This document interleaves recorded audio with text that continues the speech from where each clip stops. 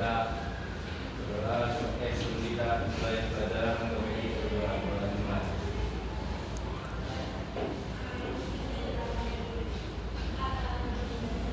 Doa selesai.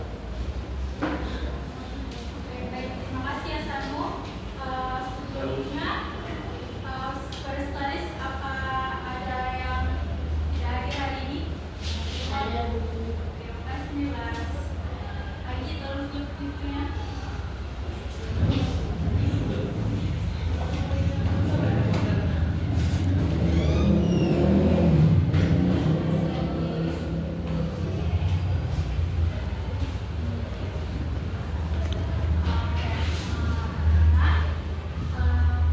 Ibu mau nanya sama kalian, di sekitar kalian ini nih, kalian pernah nggak ada yang merasakan kalau ibu hasilnya kotor terus minggu depan itu ada kena flu? Ada flu. Tahu nggak apa itu? Apa yang menyebabkan flu itu? Tahu Bu. Virus apa namanya? Virus influenza.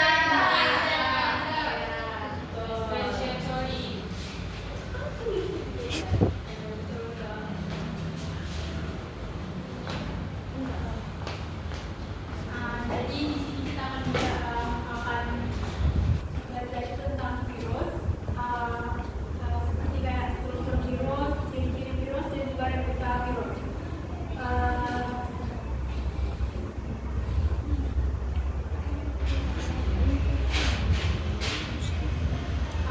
Terus lalu di sini juga ada PowerPoint kan, jadi PowerPoint ini menjelaskan tentang pengertian virus, yaitu virus virus. Lalu ada ciri-cirinya, lalu struktur dan virus.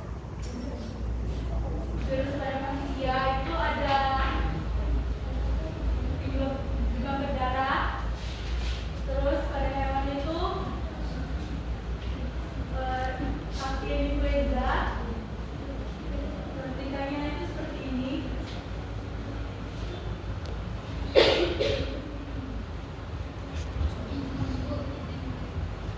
Yang apa Pak? Bahan dulu yang silakan.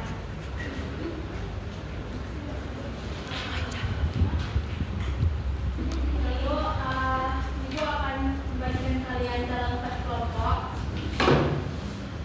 untuk mengerjakan KPD yang akan dibagikan. Ini untuk kelompok 1, kelompok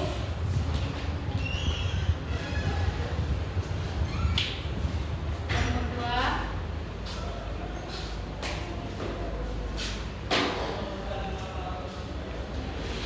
3, kelompok 4.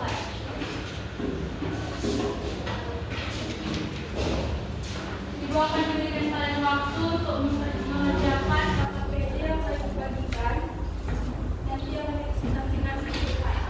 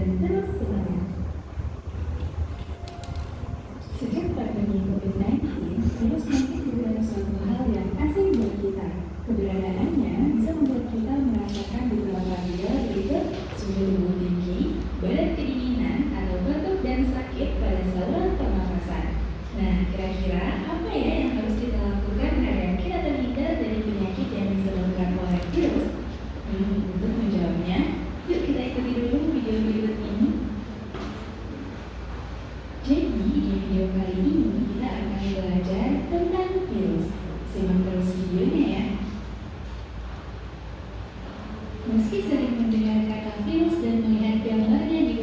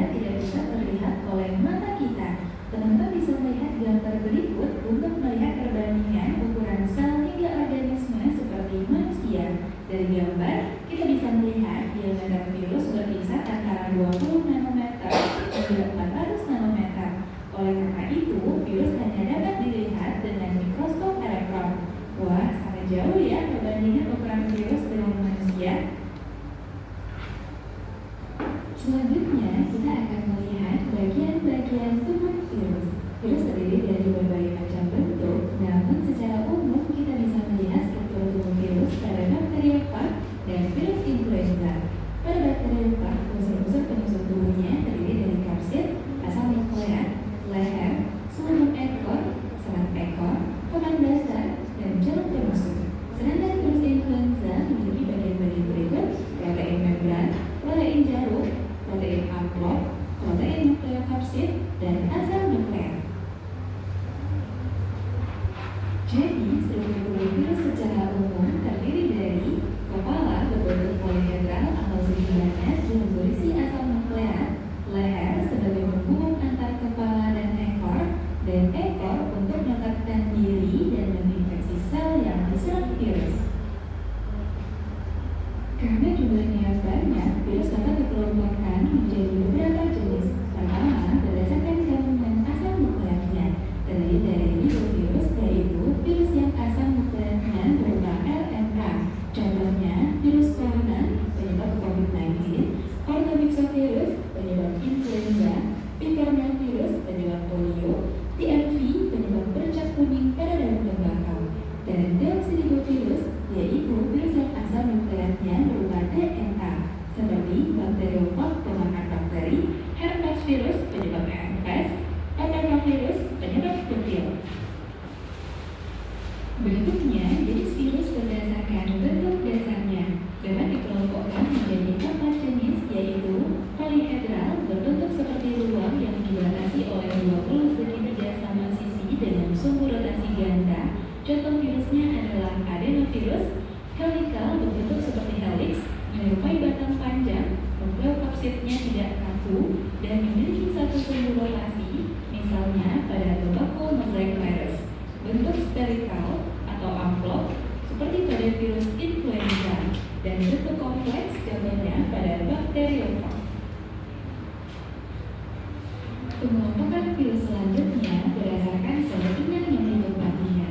Virus yang menyerang manusia, contohnya virus hepatitis, menyerang hewan, misalnya paramyxovirus, menyerang tumbuhan seperti TMV, dan virus yang menyerang bakteri, yaitu bakteriofag.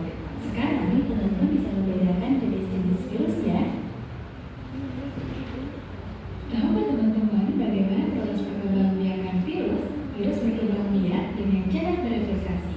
Sebelum mengalami replikasi, virus harus berada di tubuh inang yang cocok untuk memperbanyak diri. Proses replikasi virus dapat diamati dengan jelas pada bakteriofag yang menyerang bakteri Escherichia coli. Replikasi pada virus dapat terjadi melalui dua mekanisme, yaitu double-litik dan lysogenik. Pada double-litik, virus akan menghancurkan sel hospes atau inang dan terbentuk partikel virus baru. Sementara pada double-lysogenik, virus tidak menghancurkan sel inangnya. Sel inang hanya mengandung profag, bisa membelah dan tidak mati, serta tidak terbentuk partikel virus baru. Tahapan-tahapan yang terjadi pada double-litik adalah: pertama, adsorpsi, yaitu melengkapnya ekor virus pada dinding sel bakteri. Kedua, penetrasi, masuknya asam nukleat virus ke sel bakteri melalui ujung serabut ekor virus. Ketiga, eklifase, virus mengambil alih perlengkapan metabolik sel bakteri. Berikutnya, pembentukan bagian-bagian tubuh virus baru. Selanjutnya, perakitan, terbentuknya virus bakteriofag sudah lengkap. Dan terakhir, lisis, yaitu pecahnya sel bakteri yang mengeluarkan virus-virus baru. Kemudian, tahapan yang terjadi pada double-lysogenik adalah: pertama, adsorpsi, melekatnya ekor virus pada dinding sel bakteri. Kedua, penetrasi, masuknya asam nukleat virus ke sel bakteri. Oke, dalam video perbincangan kita lanjut aja langsung presentasi ya. Mau beberapa kali presentasi. Satu.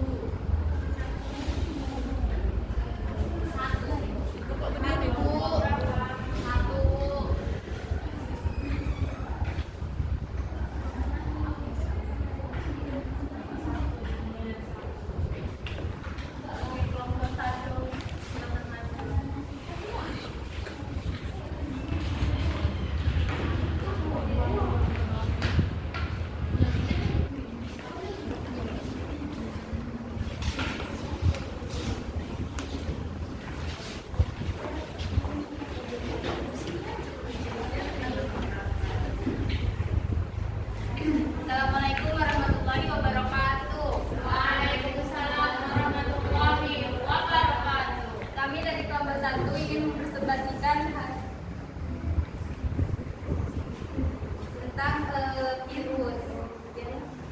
Jadi kesimpulan yang didapat dari hasil presentasinya itu adalah virus adalah satu set dari satu atau lebih molekul genom berupa molekul RNA atau DNA. Biasanya dibungkus oleh selubung pengaman berupa protein, selubung atau lipoprotein dan hanya dapat memperbanyak diri dalam sel inang yang sesuai dengan memanfaatkan metabolisme atau materi dan energi dari sel inang.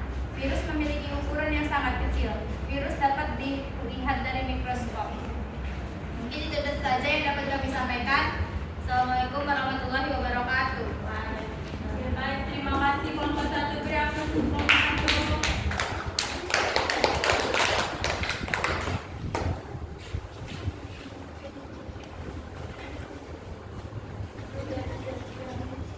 Tidak.